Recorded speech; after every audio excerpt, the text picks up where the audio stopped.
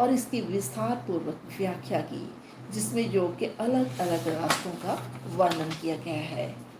आगे वो कहते हैं कि गीता में 2 बार इसी एक योग तकनीक का जिक्र है, जिसको बाबा जी ने क्रिया योग का सीधा सादा सा नाम दिया। भारत का जो सबसे महान शास्त्र व्यक्तियों को इस तकनीक को प्रयोग में लाने के लिए व्यवहारिक और इखलाकी शिक्षा देता है। हमारे स्वप्न संसार के महासमंदर में वो कहते हैं श्वास माया की एक खास आंधी है, जो अलग अलग लहरों का सभी लोगों और सभी भौतिक चीज़ों के स्वरूपों का ज्ञान पैदा करती है। आगे वो कहते हैं भगवान श्री कृष्ण ने इस पवित्र विज्ञान की तरफ इशारा किया है, जिस द्वारा मनुष्य अपने शरीर के ऊपर पूरा अधिकार स्थापित करके इसे जब चाहे अपनी इच्छा अनुसार शुद्ध शक्ति में बदल सकता है। और आगे वो बताते हैं कि हमारे शास्त्र योग विज्ञान को इसलिए महत्व देते हैं कि आम व्यक्ति भी इसका प्रयोग कर सकता है। ये सत्य है कि कभी कभार श्वास के रहस्य को बगैर योग तकनीक के प्रयोग के भी सुलझा लिया गया है, जैसे परमात्मा में बहुत ज़्यादा श्रद्धा भक्ति रखने वाले संतों ने ऐसा किया है। जैसे ईसाई, मुसलमान और भी कई संतों को सचमुच ही सविकल्प समाधि की निश्चल और निश्वास अवस्था में देखा गया था, जिसके बगैर कोई भी मनुष्य ईश्वर अनुभूति के पहले चरण में दाखिल नहीं हो सकता। इसलिए जब भी कोई संत निर्विकल्प समाधि या सर्वोच्च समाधि में स्थापित हो जाता है, तो वो अखंड रूप में परमात्मा में स्थापित हो जाता है। फिर बेशक वो श्वासहीन अवस्था में रहे या श्वास प्रश्वास की निश्चल अवस्था में, या फिर अपना कामकाज जो है वो करता रहे। आगे वो बताते हैं कि 17वीं सदी के ईसाई संत ब्रदर लॉरेंस ने कहा है कि उनको परमात्मा की पहली झलक एक पेड़ के दर्शन करके प्राप्त हुई। अब वो आगे कहते हैं कि अक्सर ही सभी लोग पेड़ देखते हैं, लेकिन अफसोस बहुत ही कम लोग उस पेड़ में उसके रचनहार को देख सके हैं।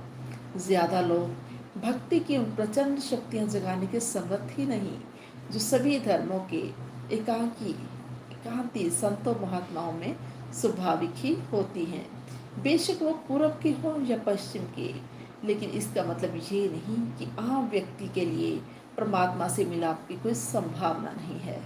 अपने आत्म स्वरूप को जगाने के लिए उसको सिर्फ इतना ही करने की ज़रूरत है कि वह क्रिया योग का अभ्यास करे, रोज़ाना ज़िंदगी में यम और नियम का पालन करे, और उसमें सच्चे दिल से ये कहने का हौसला हो कि परमात्मा, मैं आपके दर्शनों के लिए तड़प रहा हूँ। तो आगे वो कहते हैं कि भारत के कुछ महान जैन संतों को तीर्थंकर यानी पार करवाने वाला इसलिए कहा जाता है क्योंकि वो रास्ता दिखाते हैं जिन पर चलकर दुखी मनुष्य संसार सागर को पार कर जाएं।